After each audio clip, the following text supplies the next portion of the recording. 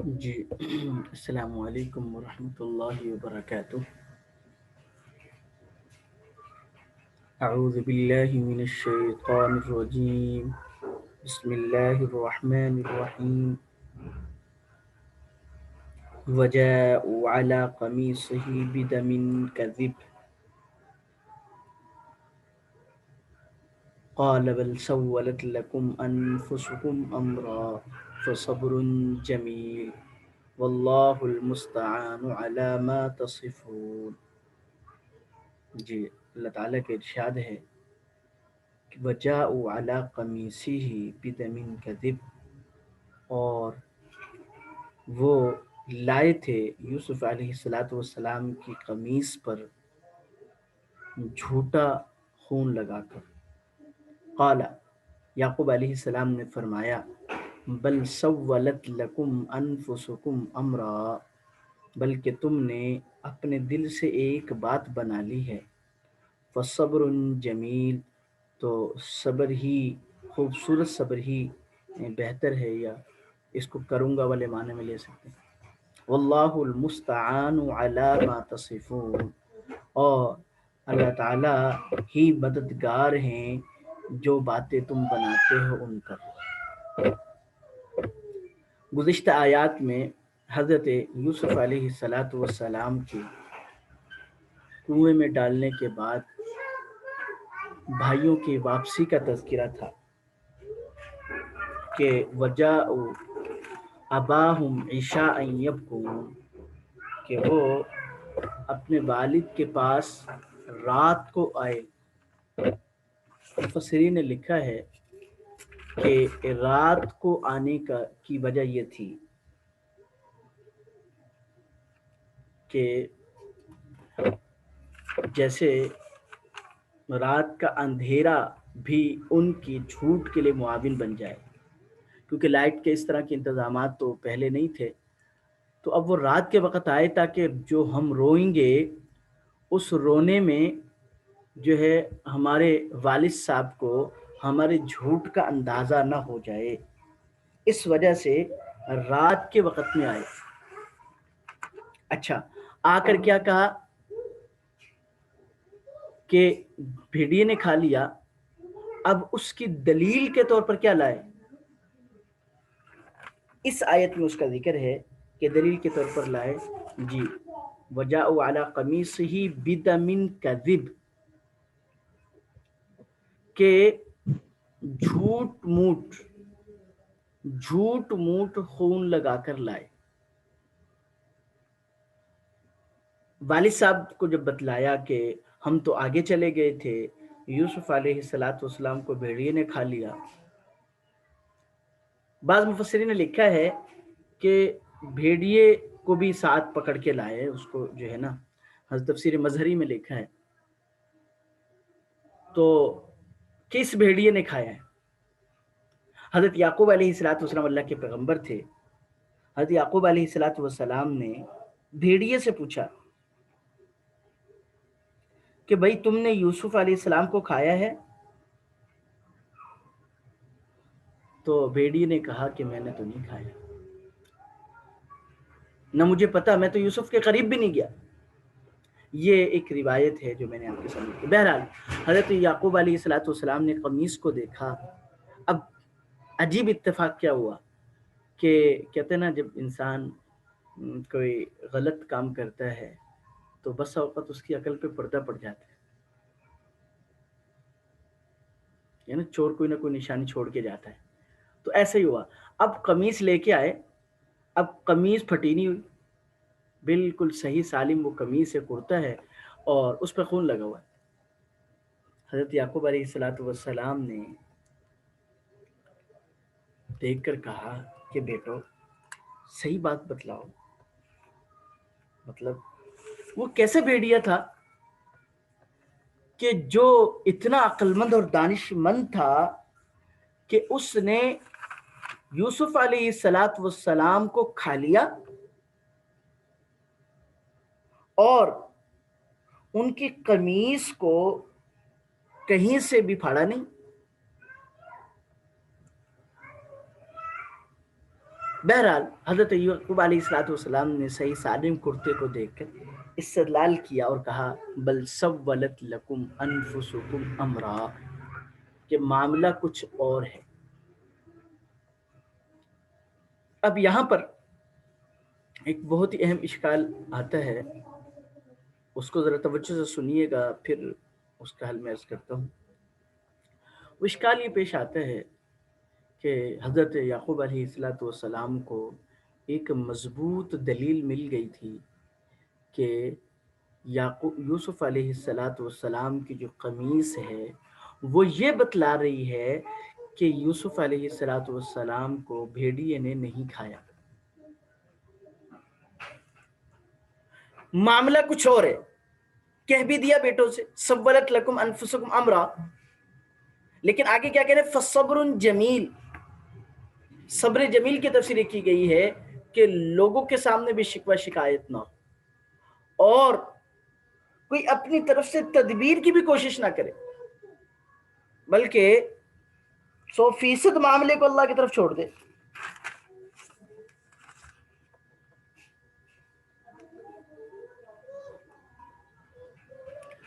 ہاں، یہاں ایک فائدے کی بات اور لکھی ہے کہ حضرت جو کرتا لے کے آئے تھے، اچھا اس میں ذرا توجہ کیجیے گا، ہمارے بڑوں کا جو ہے نا، ہمارا کابر علماء دیوبند کا اہل سنت والجماعت کے ساتھ، چونکہ اہل سنت والجماعت ہی میں سے ہیں، اس لیے ہر چیز میں اعتدال ہے۔ ادھر توجہ کیجیے گا، تبرک بآثار السلف، یعنی بڑوں کی چیزوں میں بھی برکت ہے، اس کو بھی لیا، اس میں اعتدال کی راہ اپنائی۔ اب یہ کرتا جو ہے، اس کرتے کے بارے میں لکھا ہے کہ بھئی یہ وہ کرتا ہے جو پہلی دفعہ یہ بیٹے لے کے آئے خون آلود کر کے، اسی کرتے کے ذریعے سے پتہ چلا کہ انہوں نے جھوٹی وہ کی ہے۔ پھر دوسری مرتبہ زلیخا نے جب یوسف علیہ السلام کو بھاگتے ہوئے پکڑا تو اسی کرتے کے ذریعے سے حضرت یوسف علیہ السلام کی برات کے استدلال ہوا۔ پھر تیسری مرتبہ اسی کرتے کی بدولت حضرت یعقوب علیہ السلام کی بینائی واپس لوٹائی۔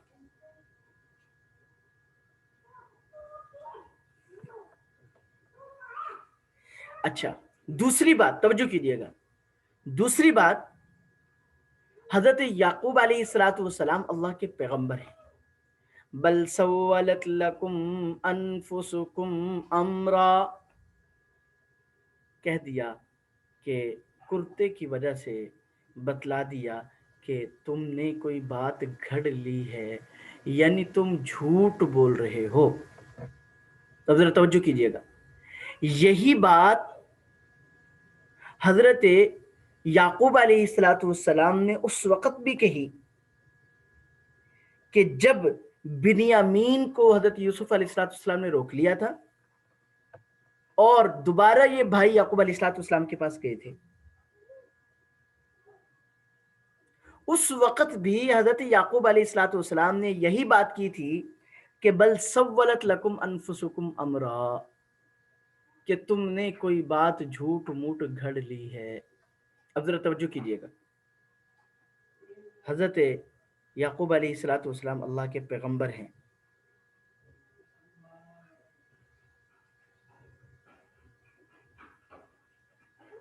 اللہ تعالیٰ کے پیغمبر ہیں،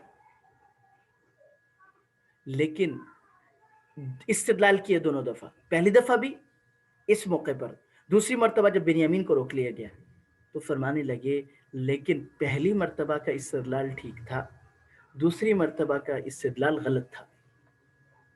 یعنی پہلی مرتبہ بیٹوں کو جو کہہ رہے تھے کہ تم نے گھڑ لی ہے تو یہ بات ٹھیک تھی، لیکن دوسری مرتبہ جب بیٹوں کو کہا کہ تم نے بات گھڑ لی ہے تو وہ بات ٹھیک نہیں تھی۔ تو یہاں پہ مفسرین نے ایک فائدے کی بات لکھی ہے اور وہ ہم سب کے لیے قابل عمل ہے۔ وہ کیا ہے؟ فرمانے امام قرطبی رحمۃ اللہ علیہ فرماتے ہیں کہ بھائی رائے کی غلطی بڑوں سے ہو سکتی ہے، اس لیے کہ کوئی اپنے آپ کو حرف آخر نہ سمجھے، جیسے ہم گھروں میں عام طور پہ ہم بڑے سربراہ کے طور پہ ہوتے ہیں جی، تو کوشش کیا ہوتی ہے کہ بس ہماری ہی بات ٹھیک ہے اور کسی کی بات غلط. تو اس سے ایک فائدہ معلوم ہوتا ہے کہ اپنے آپ کو بھی جانچنا چاہیے. یہ نہ سمجھے کہ میری بات ہی بس حرف آخر ہے. دوسروں سے مشورہ ضرور لے. حضور علیہ الصلوۃ والسلام باوجود اس کے کہ اللہ تعالیٰ کے پیغمبر اور خاتم الانبیاء، لیکن کیا لیا؟ مشورہ لیتے رہے، صحابہ سے مشورہ لیتے رہے. تو اس لیے بہرحال یہ بات یاد رکھیے گا کہ برائے کی غلطی ہو سکتی ہے، استدلال کی غلطی بھی ہو سکتی ہے. بات سمجھ میں آ گئی جی؟ تو بہرحال تو بل صبر جمیل. ہاں، اب میں بات عرض کر رہا تھا، یہ بات توجہ کیجیے گا. اب اس میں یہ بات ذہن میں آتی ہے کہ حضرت یعقوب علیہ الصلوۃ والسلام کو جب یہ بات پتہ چل گئی تھی کہ کرتے کے ذریعے سے ایک مضبوط دلیل مل گئی تھی، تو یعقوب علیہ الصلوۃ والسلام نے کوشش کیوں نہیں کی تلاش کرنے کی؟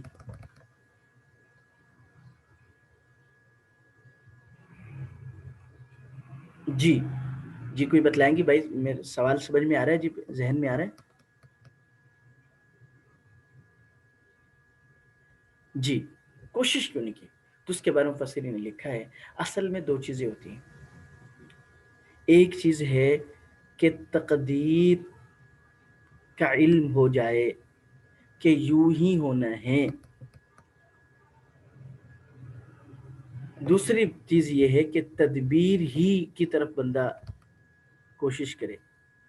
تو اگر تکوینی طور پہ معلوم ہو جائے کہ یوں ہی ہونا ہے تو پھر تدبیر کوئی فائدہ نہیں دیتی.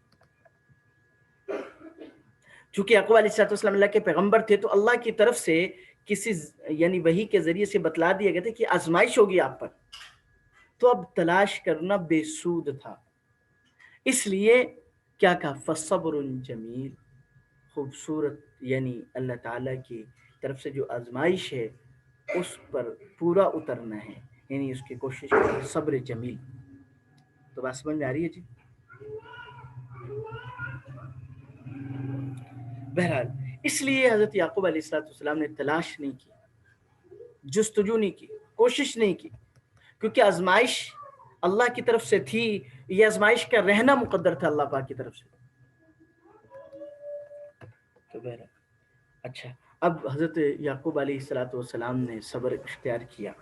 ادھر سے وجاءت سیارۃ فارسلوا واردہم فادلی دلوا. آیا ایک قافلہ، فارسلوا واردہم، تو انہوں نے اپنے آگے والے کو بھیجا. فادلا دلوا، اس نے لٹکایا اپنا ڈول. قال یا بشرا ھذا غلام، کہنے لگا کیا خوشی کی بات ہے، یہ ایک لڑکا ہے. وَأَسَرُّوهُ بِضَاعَةً، اور چھپا لیا اس کو تجارت کا مال سمجھ کر. واللہ علیم بما یعملون، اللہ تعالیٰ خوب جانتا ہے جو کچھ وہ کرتے ہیں. اللہ تعالیٰ کی طرف سے اب یہ کنواں غیر آباد تھا، یعنی اس وقت کا جو عام طور پر راستہ تھا اس سے ہٹ کے تھا. اب اللہ کی طرف سے اتفاق سے یہ ہوا کہ وہ قافلہ راستہ بھول گیا، مصر جا رہا تھا، راستہ بھول گیا. اب کنویں کا پتہ چلا تو انہوں نے اپنے جو جس کچھ لوگ ہوتے ہیں جن کو آگے بھیجا جاتا تھا کہ بھی تاکہ دیکھ کے آئیں، پانی وغیرہ کے انتظام دیکھ کے آئیں، تو اس کو آگے بھیجا. اس کا نام مالک تھا، مفسرین نے لکھا ہے. اللہ اکبر. اب یہ کنویں پہ پہنچا ہے. اچھا، یہ بات بھی حضرت یوسف علیہ الصلوۃ والسلام کی ایک جو ہے نا وہ معجزہ یہ بھی ظاہر ہوتا ہے. تفسیر مظہری میں لکھا ہے، فرمانے لگے کہ یوسف علیہ الصلوۃ والسلام کو جس کنویں میں ڈالا گیا تھا یہ غیر آباد کنواں اس وجہ سے تھا کہ اس کا پانی کڑوا تھا.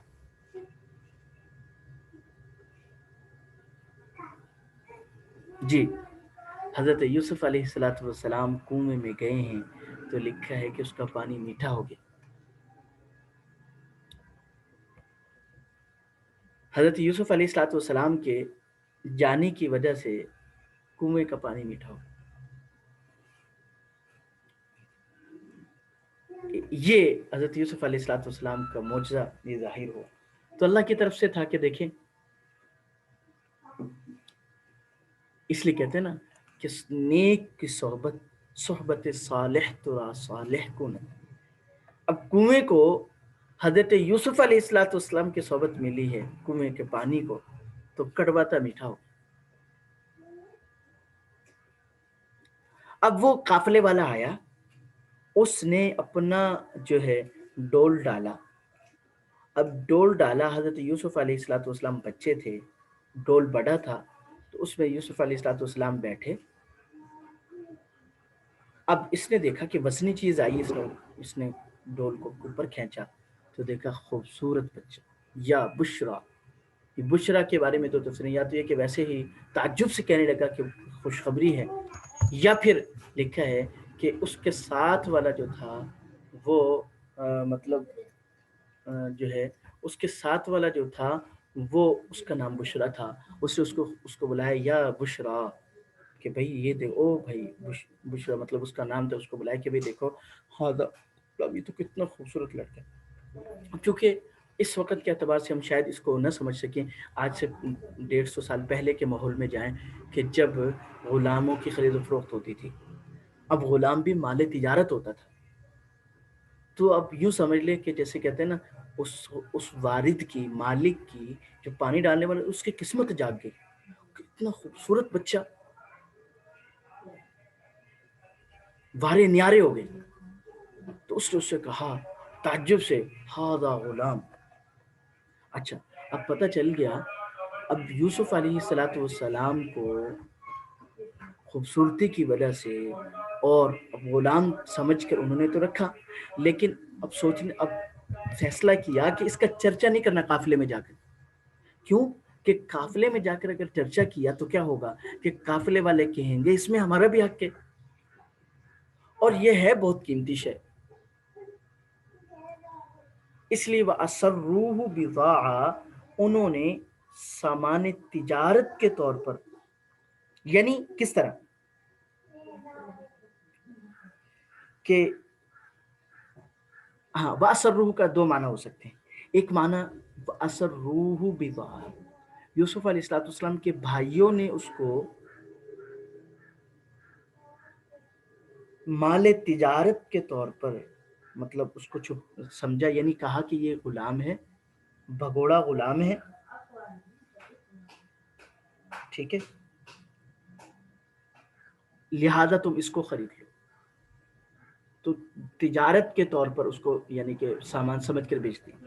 تو کہتے ہیں یہ کیوں تھا، کیونکہ میں نے پہلے بھی عرض کیا تھا کہ ان کے جو بڑے بھائی تھے یہودا، وہ روزانہ کھانا پینا لے کے آتے تھے اور دیکھتے تھے کہ بھائی جو ہے نا کس حالت میں ہے. چنانچہ اب جب دیکھا کہ بھائی نہیں ہے تو قافلے والوں کے پاس پہنچے، اور قافلے والا وہ مالک جو تھا وہ پہلے سے ڈرا ہوا تھا کہ مجھے چور سمجھ کر کچھ نہ کر لیں. تو آپس میں معاملہ طے کیا کہ لوگوں میں شور نہ ہو. وَأَسَرُّوهُ بِضَاعَةً، چنانچہ کہا کہ بھئی یہ ہمارا غلام ہے، یہ بھاگ کر آ گیا ہے، تم نے اس کو قبضے میں کیا، بہت برا کیا، لیکن بات چیت ہوئی تو اس کو بیچ دیا.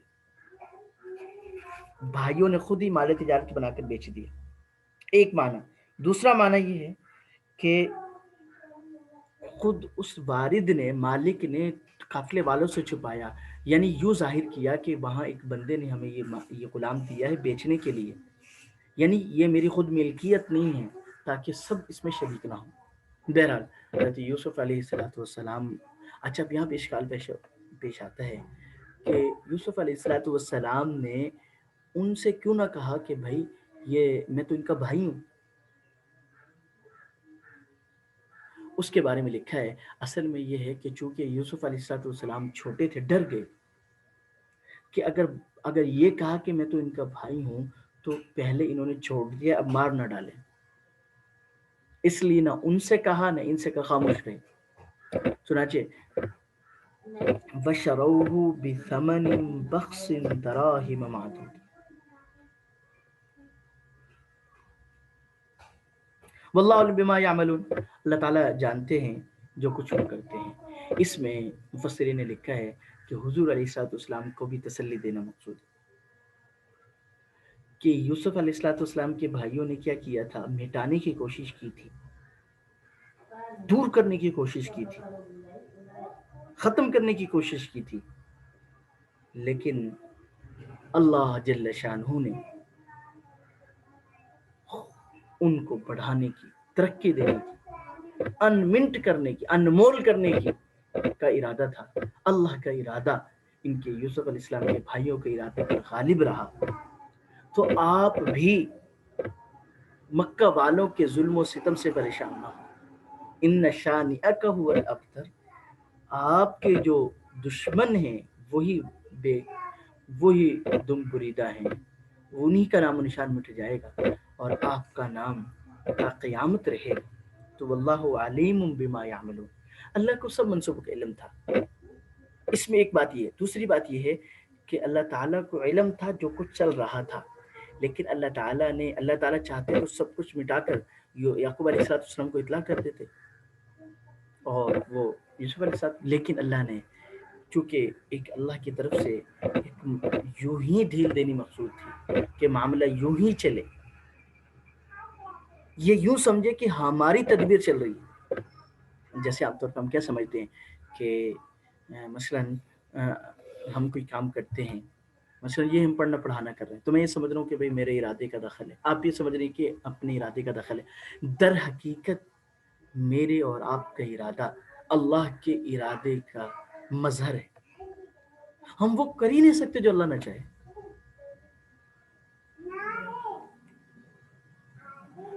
تو لیکن اللہ کی طرف سے دنیا دار العمل ہے، اس کو دار العمل بنایا کہ بھیجا۔ ہمارا قدم لا حول ولا قوت الا باللہ، ہمارا قدم اٹھ ہی نہیں سکتا۔ اس لیے غلام کے بارے میں آتا ہے، بڑی خوبصورت واقعہ لکھا ہے، کہتے غلام چلا گیا مسجد کے اندر، آقا باہر کھڑے، کافی دیر گزری تو آقا نے کہا کہ دیکھو تو صحیح، بندے بھیجا نماز پڑھنے کے لیے تھا، آ ہی نہیں رہا باہر۔ اندر جا کے دیکھا تو وہ بیٹھا ہوا ہے، کچھ دیر پھر گزری، اب وہ باہر آئے تو آقا نے کہا کہ بھائی تمہیں کون سی چیز ایسی تھی جو باہر نہیں آنے دے رہی تھی؟ توجہ کیجئے گا بات۔ تو آقا نے کہا جو چیز تمہیں اندر نہیں آنے دے رہی تھی وہی چیز مجھے باہر نہیں آنے دے رہی۔ یعنی اللہ کی طرف سے تمہارے نصیب میں اندر آنا نہیں لکھا تھا، تو میرے نصیب میں اللہ نے مسجد میں بیٹھنا لکھا۔ اس لیے ہماری تو مثال یوں ہے، اس لیے فرمائے نا کہ جنت میں جو کچھ ملے گا در حقیقت وہ اللہ پاک کی عطا ہی ہوگی۔ ہمارا عمل تو محض ایک بہانہ ہے، ورنہ میں اور آپ غور کریں کہ حضور علیہ الصلوۃ والسلام کائنات کے سردار جب یہ کہیں کہ اللہم لا احصی ثناء علیک، اے اللہ میں آپ کی تعریف کا حق ادا نہیں کر سکا، تو مجھے بتلائیں جب حضور علیہ الصلوۃ والسلام جن کو اللہ پاک کی معرفت کائنات میں سب سے زیادہ تھی، وہ تعریف کا حق ادا نہ کر سکیں تو میں اور آپ کیسے تعریف کا حق ادا کر سکیں؟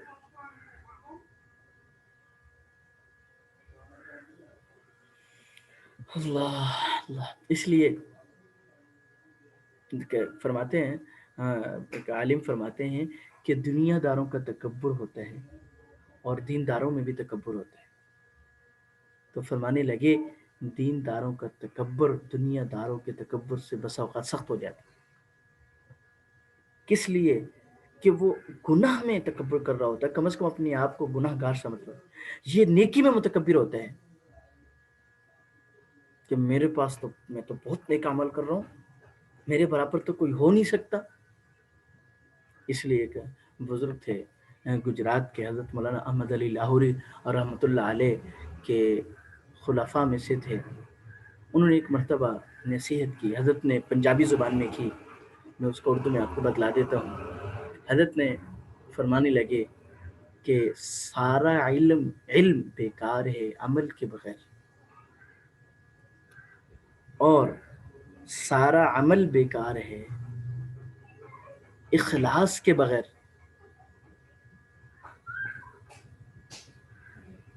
اور فرمانے لگے اخلاص ہونے کے باوجود زندگی کی آخری سانس تک خطرے میں ہیں.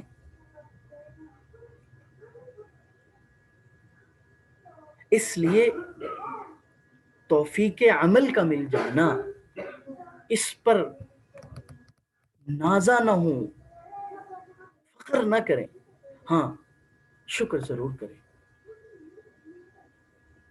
قدردانی کریں، لیکن ناز نہ کریں، تکبر نہ کریں.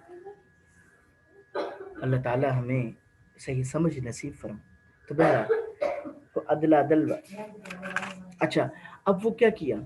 اب وہ معاملہ بات چیت پہ، خرید و فروخت پہ آ گیا. بشروہ بثمن بخس دراہم معدودہ، انہوں نے بیچا یا خریدا، دونوں کے معنی ہو سکتے ہیں. بیچنے میں یوسف علیہ السلام کے بھائیوں کی آئے گا، ٹھیک ہے، اور خریدنے میں ان کی طرف، دونوں شرح کا معنی دونوں کے لیے بثمن بخس، کھوٹے سکوں کے بدلے میں، درہ یعنی دراہم معدودہ، چند دراہم. اللہ اللہ اللہ، اتنی قیمتی چیز. آگے آپ کو بتلائیں گے کہ یوسف علیہ السلام کی قدر و قیمت مصر کے بازار میں کیا لگی. کہتے ہیں نا تاجر جانتا ہے کہ اس کی قیمت کیا ہے. میرے ساتھ ایک مرتبہ ہوا، میں عرض کر دیتا ہوں، ایک دوست ہے، وہ کیا جو ہے نا وہ بالا کوٹ کی طرف کے تھے. تو کسی وقت میں ان سے دوستی ہو گئی، تو کہنے لگے کہ میں نا جو ہے نا وہ پرانی چیزیں تلاش کرتا رہا ہوں، تو مجھے کچھ نہ وہ ملے، مطلب نگ ملے ہیں. تو اس نے مجھے ایک نگ دیا. اس وقت اس نے کہا کہ بھائی اس کی قیمت تقریباً کوئی 10 12 15 ہزار روپے ہے، تو لیکن میں آپ کو ہدیے کے طور پہ دیتا ہوں. اب اللہ عالم اس کی نیت کیا تھی، بہرحال مجھے نہیں علم. میں نے وہ رکھ لیا سنبھال کے. کوئی 2 4 سال گزرے تو دل میں آیا کہ کوئی ضرورت پڑی، تو میں نے کہا، دل میں آیا کہ کم از کم پتہ تو کروں جا کے اس کی کیا قیمت ہے. چنانچہ بازار میں گیا، تو بازار میں پتہ کرتے کرتے ایک دکان پر پہنچا، تو اس نے پکڑنے کے ساتھ ہی کہا کہ بھائی اس کی قیمت 50 روپے ہے. تو میں اتنا حیران ہوا کہ میں نے کہا یار کتنے سال سے جو ہے میں اس کو قیمتی سمجھ کے اپنے پاس رکھتا رہا ہوں، لیکن ماہر نے فوراً بتا دیا. میں نے کہا بھائی کوئی قیمت زیادہ لگ سکتی؟ کہنے لگے جہاں مرضی چلے جائیں، یہ ہے جس نام کا آپ نے کہا تھا، پتہ نہیں وہ عتیق جو ہے وہ کسی نام کا تھا، ہے وہی، لیکن ہے یہ اصلی نہیں. اگر اصلی ہوتا تو یقیناً اس کی قیمت اتنی ہوتی. تو اب یوسف علیہ السلام کے جو بھائیوں نے بشروہ بثمن بخم بخس، یعنی کھوٹے سکوں کے بدلے میں بیچ دیا. اگر قیمت کا پتہ ہوتا تو اس طرح نہ کرتے. ٹھیک ہے، دراہم معدودہ وکانوا فیہ من الزاہدین. کیوں اتنی کم قیمت میں بیچا؟ وجہ یہ تھی کہ وہ اس میں بے رغبت تھے، یعنی اصل ان کا مقصد قیمت وصول کرنا نہیں، حضرت یوسف علیہ السلام کو بیچنا نہیں، ان سے چھٹکارا پانا تھا. اس لیے کہتے ہیں کہ وہ یوسف علیہ السلام، اچھا جب انہوں نے بیچا، کہا کہ یہ بھگوڑا غلام، یہ بھاگتا بہت ہے. چنانچہ قافلے والوں سے کہا کہ اس کا خیال رکھنا اور اس کو باندھ کر رکھنے، بھاگ نہ جائے. چنانچہ یعنی ایک ایپ بیان کیا. اور پھر جب قافلہ مصر کی طرف چلا تو خود بھی ان کے ساتھ ساتھ چلے، یہاں تک کہ ان کو یقین ہو گیا کہ اب یہ یوسف دوبارہ بھاگ کر والد صاحب کے پاس نہیں آ سکتا. چنانچہ تب جا کے ان کو راحت ہوئی. آگے کیا قیمت ہے وہ پھر انشاءاللہ کل عرض کریں گے کہ مصر میں جا کے کیا قیمت لگی. اللہ تعالیٰ سے دعا ہے کہ اللہ پاک ہمیں صحیح سمجھ نصیب فرمائے. السلام علیکم ورحمۃ اللہ وبرکاتہ.